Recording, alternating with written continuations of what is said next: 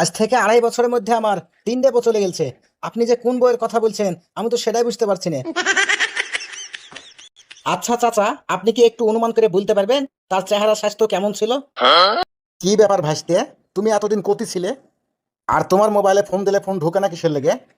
তুমি কি সিম টিম পাল্টে ফেলালছো নাকি? চাচা, জীবনে কত কি বদলে গেল। জামা কাপড় বদলে গেল, রং চং বদলে গেল, 4-5টা বউ বদলে গেল, আর তো সামান্য সিম। আচ্ছা তুমি এতদিন কোথায় ছিলে বলো তো?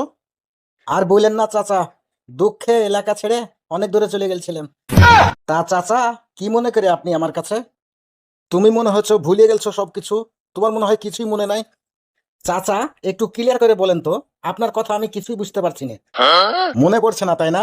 2 বছর আগে যে তোমার বাড়িওয়ালা এসে আমার কাছ থেকে ছায়া ব্লাউজ পেটিকোট বানিয়ে নিয়ে গেল, সেই টাকাগুলো কে দেবে বলো তো? আমার মতো গরিব মানুষকে ঠগানো উচিত? তুমি বলো ভাসতে। চাচা, আপনি কি শিওর 2 বছর হলো? একটু চিন্তা ভাবনা করে বলেন তো, 2 বছরের বেশি হলো না কম হলো? শোনো ভাসতে, আমি শিওর 2 বছরের বেশি হবে তো কম হবে না। আজ থেকে 2.5 বছরের মধ্যে আমার 3টে বউ চলে গেছে।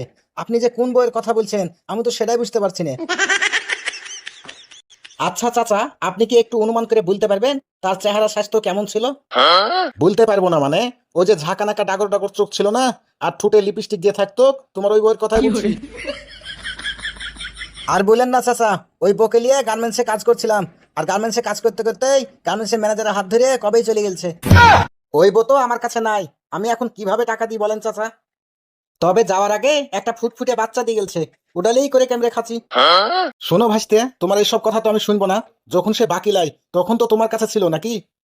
দেখো ভাসতে, তুমি আমার ছেলের বয়সী, তোমার বাপের সাথে আমার একটা ভালো সম্পর্ক ছিল, আমি চাই না তোমার সাথে কোনো ঝামেলা হোক। চাচা, আপনি কেন বুঝছেন না? দলিল যার বউ তার, সে তো এখন অন্যজনের বউ হয়ে গেছে, আপনাকে আমি কিভাবে টাকা দিই বলেন তো? দেখো ভাসতে, যখন সে বাকি লাই তখন তো তোমার বউ ছিল নাকি? আরে চাচা, তখন তো আপনি চাননি, তখন যদি চাইতেন আমি ঠিকই দিয়ে দিতাম।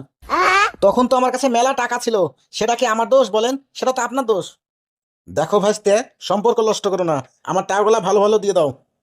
তা না হলে তুমি ওই যে মুড়ে উঠবা না, তখন লোকজন দেখে আচ্ছা তাকে তোমাকে আমি অপমান করব। বলেন কি? চাচা, আপনি আমাকে অপমান করবেন? আমার তো লজ্জাই নাই, অপমান করবেন কিভাবে? আপনি যদি ওই মসজিদের মাইকে যেয়ে মাইকিং করেও আমাকে অপমান করেন, তবুও আপনাকে আমি টাকা দিতে পারবো না। শোনো ভাসতে, তুমি কিন্তু কাজটা খুব ভালো করলে না, তার জন্য আমি ওই উপরে বিচার দিয়ে দিলাম। তুমি কখনোই ভালো থাকতে পারবে না, মনে রেখো। ধুর অভিশাপ, কত অভিশাপ খাইলাম, খাতে খাতে জীবনটাই শেষ হয়ে গেল।